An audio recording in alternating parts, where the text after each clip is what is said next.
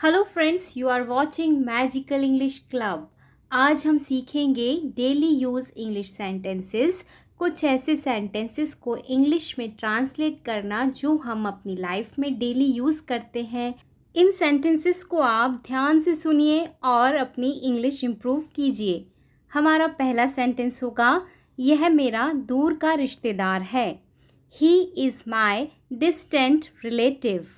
He is my distant relative. तुम कौन सी film देखना पसंद करोगी? Which movie would you like to watch? Which movie would you like to watch? He is my distant relative. Which movie would you like to watch? ऐसे ही हमारा third sentence होगा, तुम्हें कौन सा गाना सबसे ज़्यादा पसंद है? Which song do you like the most? Which song do you like the most? तुम्हें कौन सा गाना सबसे ज़्यादा पसंद है? Which song do you like the most? Next sentence होगा, मेरे भाई को अपना काम पूरा करना है। इंग्लिश में बोला जाएगा, My brother has to complete his work. My brother has to complete his work. इन सभी सेंटेंसेस को आप ध्यान से सुनिए और मेरे साथ बोलिए। फिफ्थ सेंटेंस होगा, मेरी माता जी को खाना बनाना है। My mother has to cook the food. My mother has to cook the food. My mother has to cook the food. Next sentence देखेंगे, अगर आप किसी से पूछते हैं राम कब पढ़ता है, तो आप इंग्लिश में पूछेंगे, van does Ram study. Van does Ram study. Ram कब पढ़ता है? When does Ram study? ऐसे ही हमारा नेक्स्ट सेंटेंस होगा, तुमने सीता को कब देखा? अगर आप ये किसी से इंग्लिश में पूछते हैं तो आप बोलेंगे, When did you see Sita? When did you see Sita? तुमने सीता को कब देखा? When did you see Sita? Eighth sentence होगा, मैं कल आपको फ़ोन करूँगा। तो इंग्लिश में बोला जाएगा, I will call you tomorrow. I will call you tomorrow. इसमें will का यूज़ हुआ है क्योंकि ये एक फ्यूचर टेंस है। I will call you tomorrow.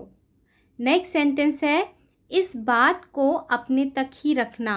अगर आप ये किसी से बोलते हैं तो इंग्लिश में बोलिएगा, keep it up to yourself. Keep it up to yourself. इस बात को अपने तक ही रखना। Keep it up to yourself. 10th sentence होगा, मुझे कपड़े धोने हैं।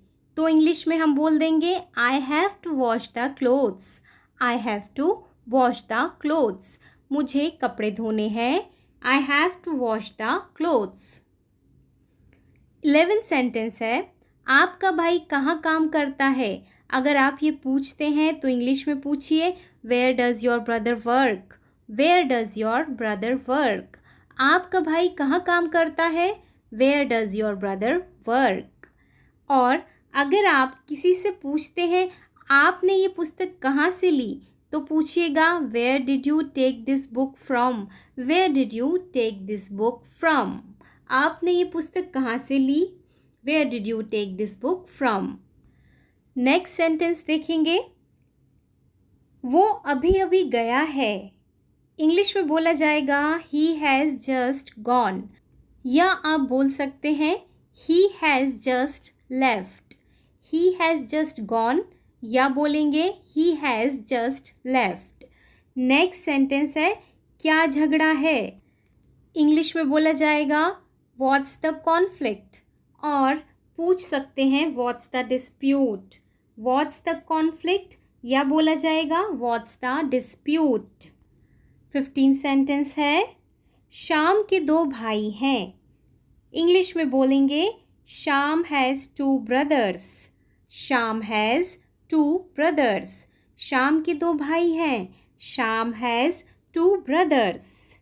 16th सेंटेंस है, तुम कल कहाँ जाओगी? अगर आप ये किसी से पूछते हैं तो इंग्लिश में पूछिए, where will you go tomorrow? Where will you go tomorrow? तुम कल कहाँ जाओगी? Where will you go tomorrow? Next sentence होगा, तुम ऐसी बकवास क्यों करते हो? अगर आप ये ऐसा बोलते हैं किसी से, इंग्लिश में बोलिए, why do you talk such nonsense? Why do you talk such nonsense? तुम ऐसी बकवास क्यों करते हो? Why do you talk such nonsense? 18 sentence है, रवि के पास 10 पेन हैं। इंग्लिश में ये सेंटेंस बनेगा, Ravi has 10 pens. Ravi has 10 pens. Ravi के पास 10 पेन हैं। Ravi has 10 pens. और अगर आप किसी को बोलते हैं सोनाली को यहाँ आना है, तो इंग्लिश में बोलिए Sonali has to come here. Sonali has to come here. Sonali has to come here. और अगर आप ये पूछते हैं राम कब पढ़ता है, तो बोला जाएगा when does Ram study. When does Ram study? Ram कब पढ़ता है? When does Ram study?